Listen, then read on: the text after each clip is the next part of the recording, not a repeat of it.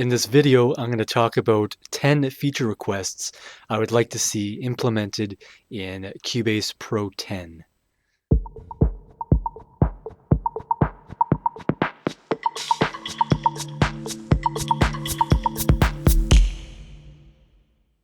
Number one is the ability to remove and rearrange tracks within the mixer window. So right now, you do not have the ability to rearrange the tracks like so, or to delete the tracks in the mixer window. You can only do that in the project window here. When I try to right click, delete, or shift delete the highlighted track, it just doesn't do it. And when I drag the track over, all it's doing is copying the channel settings to that new channel. Instead, what they should do is allow you to delete and reorder the tracks in the mixer window. And if I wanted to copy these settings from one channel to the next, it should be done by Alt, click, and drag the settings, just like all the other ways of copying things in Cubase. Is you use the Alt key before you're dragging things over, and that's what gives you the ability to copy. That makes the most sense to me, and it seems the most consistent way of having your abilities to delete, reorganize, and copy things within Cubase. Number two is the full integration of smooth scrolling. So I don't know if this is something that Steinberg can actually implement, or if it's a limitation from the operating system like Windows or Mac. But either way, I've had countless times where I've been either zooming or scrolling or some kind of thing moving the mixer windows, and things are just jumping too quickly, too suddenly, and then I lose my place. Maybe let's open up Media Bay. Let's see if this is okay. It's not smooth. It doesn't. I don't know. This might just be, like I mentioned, a Windows issue. Maybe Mac, when you have your touchpad, it actually does smooth scrolling, and it's a non-issue. Um, I think many people would appreciate smooth scrolling. If Steinberg just can't implement that because there's a limitation, then fine. That's, what can we do? Number three, and this might be an unpopular opinion, but I find that Ableton Live has it right when it comes to the click zoom function and for the loop region and the playback. So this section right here, this is an Ableton Live. When you have the mouse at the top region here, you can see this is where you zoom in and out by clicking and dragging up and down. And here is where you set the loop markers and the export functions, or the export loopers, or whatever it is. And then just below that is where you trigger the playback. To me, that is a more, I don't know how to explain it, but like a more organic way of having it built into the DAW. In Cubase, they have the zoom and the transport move function kind of built into one another, which in my opinion is a bit annoying, because when you're playing the audio and you just want to zoom in and out, you would have to either resort to this, and that's clunky and cumbersome, or this, which again, not that you don't have very much control. And then you have the control zoom, which I guess is fine. But if you have the full control by click dragging, this is, I don't know, to me, this is just it makes the most sense. Let's say I have stuff over here. This is a full song. I click on this area and I drag, and then I can quickly move and zoom in and out all in one motion with the mouse. It's very, very easy to locate, and I'm not changing the playback at all. If I wanted to change the playback, I would click the play button to where I want it to change. Bitwig, I think, has a very similar integration, but it's not quite the same. You have the drag and drop, or drag zoom thing here, so that's very similar. However, with the playback, there's no actual play button.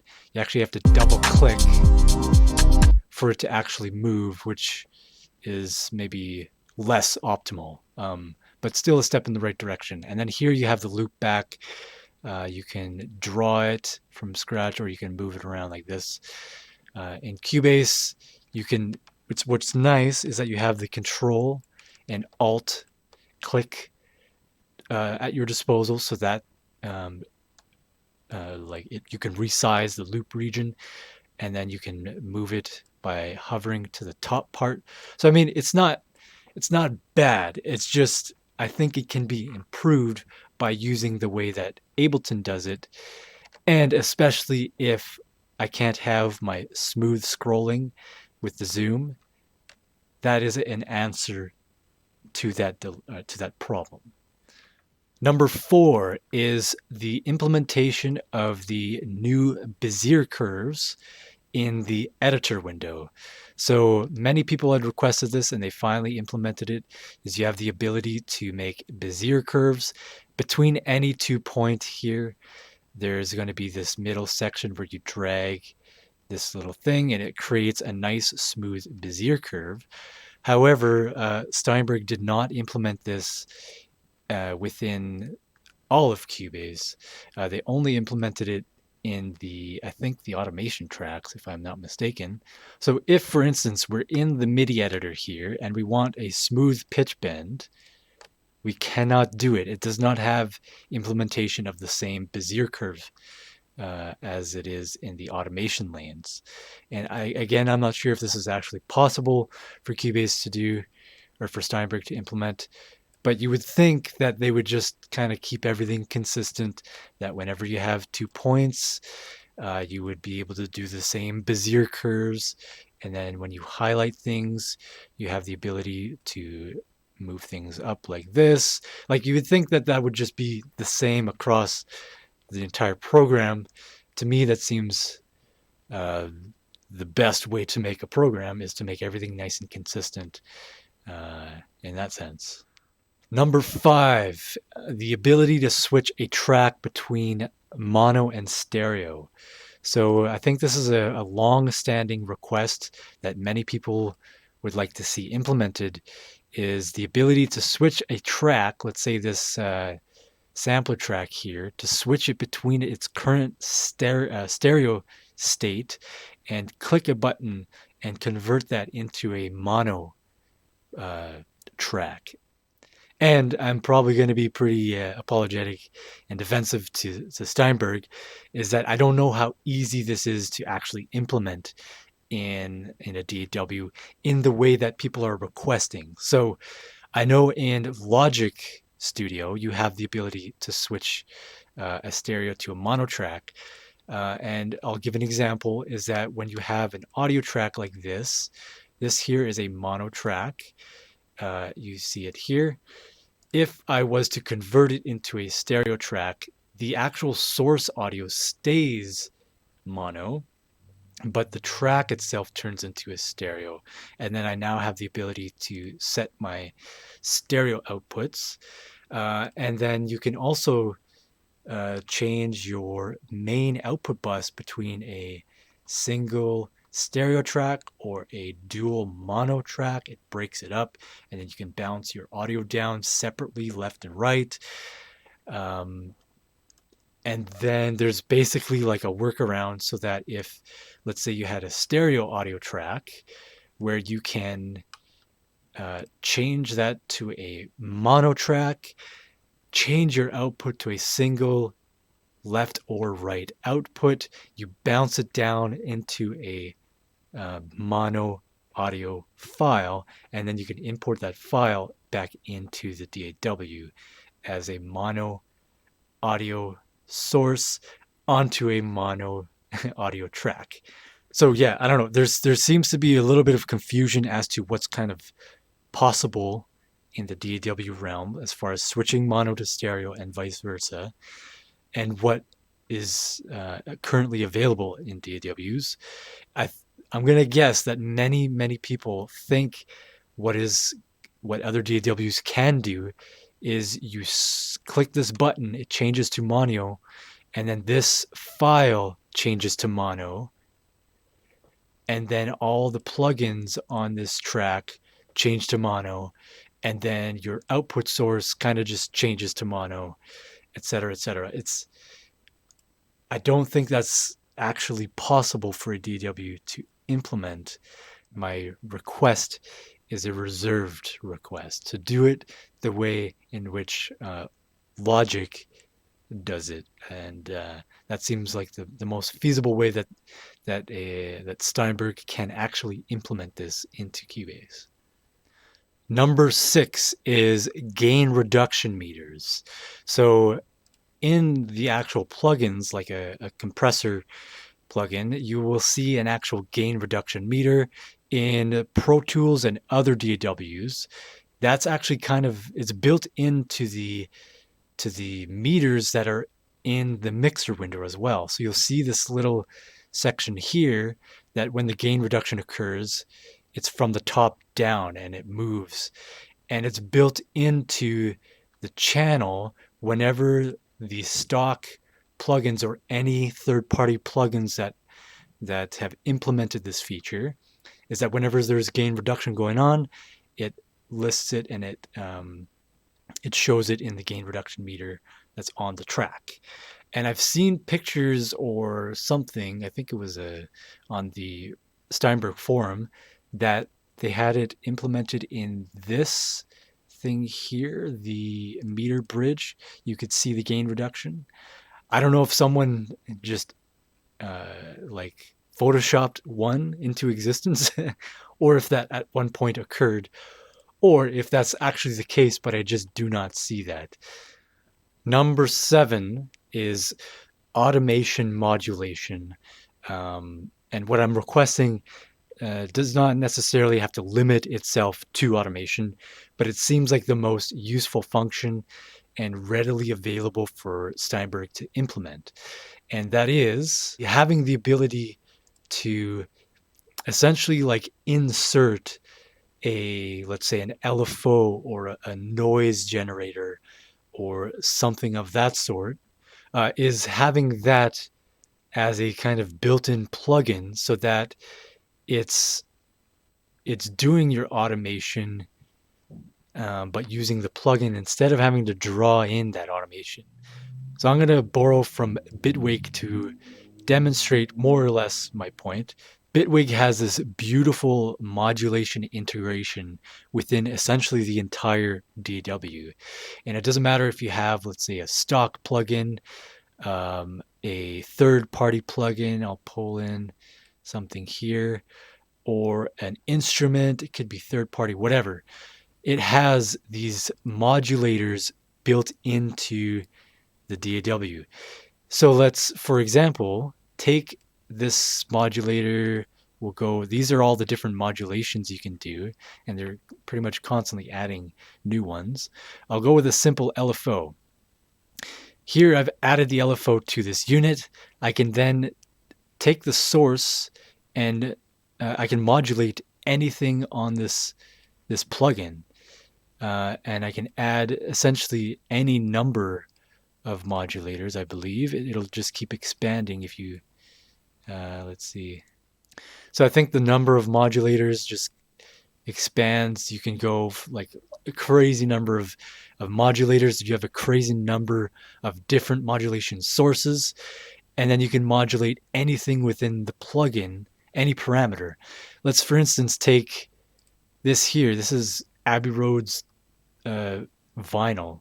I can modulate Abbey Road's plugin with, let's say, I'll just do the LFO because that's, everybody knows what an LFO is. And then here, now I can modulate.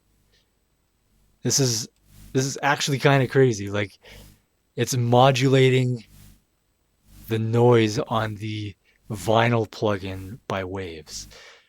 So if we take that, what I've just demonstrated, and then we go into Cubase, I'm sure there's some kind of implementation that Steinberg can add, whereby let's say the plugin here, you can have automation in the automation lane. We all know that.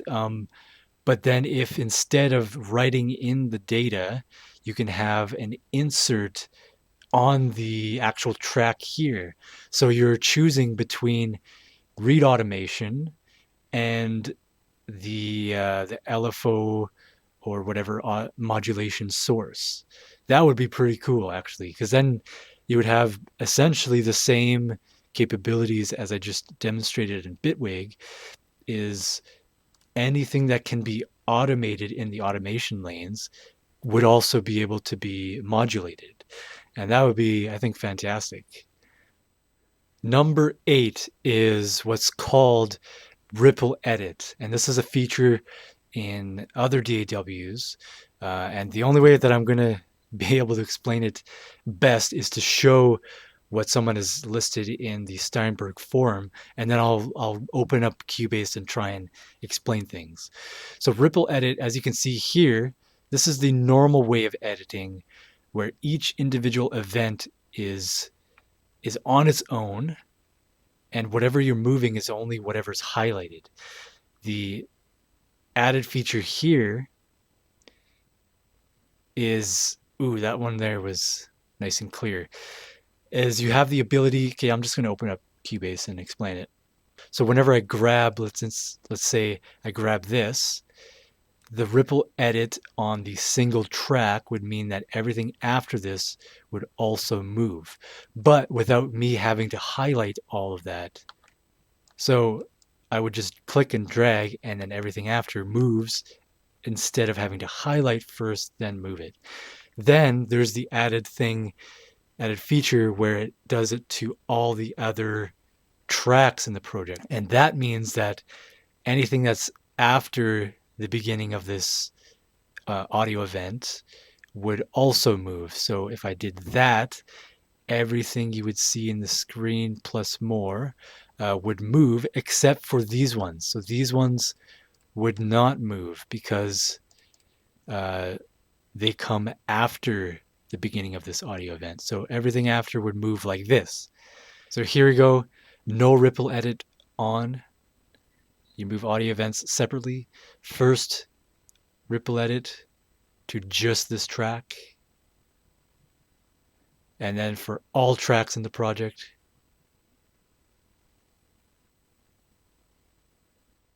Yeah, so that's something that would just speed up editing, I think, quite a lot, to be honest. And it's a feature request that I stumbled upon in the forum, and I thought, I didn't even know that feature existed. And now that I know that it exists, I know there's many times where I could have used this feature while editing. Number 9 is the expression maps and all other preferences, presets. They need an overhaul, to be honest. Let's go into the expression maps here. Let me find an instrument. So expression maps I don't use very often. You can get to them by having the editor window open and highlighted here. And then you can add an expression map by setting one up and then selecting which one you want. Some people actually use expression maps all the time because that's what they do, is they use orchestral music, and they have all these banks of different samples, like a full orchestra, right? And all the different instruments, and they need expression maps for each of those individual instruments. So in this case, they have lots and lots of expression maps. And here, if they had the ability to duplicate and to reorder them, that's very, very simple functionality in this here, to just be able to move them and reorder them. That would be a big difference. And then to duplicate. So instead of having to build each one by scratch, I guess you can load it up from a source here and then rename it and then start from there. It's not quite the same. What else do we have here? Some sort of indicator whether the map is in use within the project. And then Cubase should confirm that you want to delete that. It should say, this map is in use with this project. Do you want to delete it? Currently, it doesn't do that.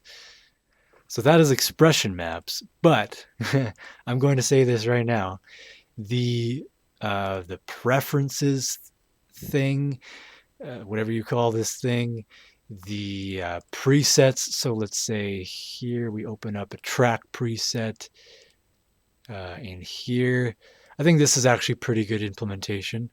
But then there's what else do we got? Insert presets, change presets, just kind of all the preset stuff in general. Again, isn't very consistent amongst each other. Let's go to a drum map. Here we have drum map setups. This could use the same overhaul as the expression maps, is the ability to drag and drop, duplicate, to indicate whether you're actually using it in the project, etc., etc. That should be within most, if not all, of the preset type of stuff that's in Cubase. Actually, there's a few more things that I have to mention. It's the fact that I know in Pro Tools and I think maybe other DAWs, you can export your I/O settings. In this case, all I can do is kind of create a preset within the software. But if I uninstall Cubase or I install a new version of Cubase, it's likely not going to transfer my saved presets and all my data. I should be able to export those settings into a file that I can then import back into Cubase.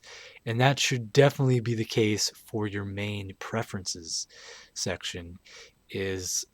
I've had this every time I install a new version of Cubase, I have to redo all my preferences in the preferences section here. And it is a big time waster, in my opinion, to just not be able to store all of these preset stuff into these separate files, and then importing them into the Cubase. And now I might be biting my tongue a little bit because I know they implemented this profile manager. So if let's say I rename it to my Cavano, I do have the ability to export this as a Steinberg file. But I just don't know what that includes. If it includes everything that I've just listed here as a feature request, then perfect, they've already implemented it. But it's not intuitive that that's the case. And lastly, number 10, it is the ability to import and export AAF projects. And this is currently, let's see here. This is currently not the case for Cubase Pro, and it makes sense that Nuendo has this feature and Cubase doesn't, because Nuendo is much more suited for the post-production world, and AAF is common to use in the post-production world. But it seems that, like, even though you shouldn't have to upgrade to a very expensive version of Cubase just to have the ability to import-export AAF format. So I am curious, what would you like to see as a top feature request for Cubase Pro 10? And I'm curious to know if you agree or disagree with all the suggestions that I've made in this video here. You can certainly challenge me on some of these points. If you like this content, please hit that like button. It lets me know that I should continue to make these types of videos. If you are new to the channel, consider subscribing because I make a lot of videos on Cubase, and secondarily I'll make stuff on audio engineering, production, and maybe other DAWs in the future. Yeah, and thanks for watching. Hope you liked it. Take care and bye-bye.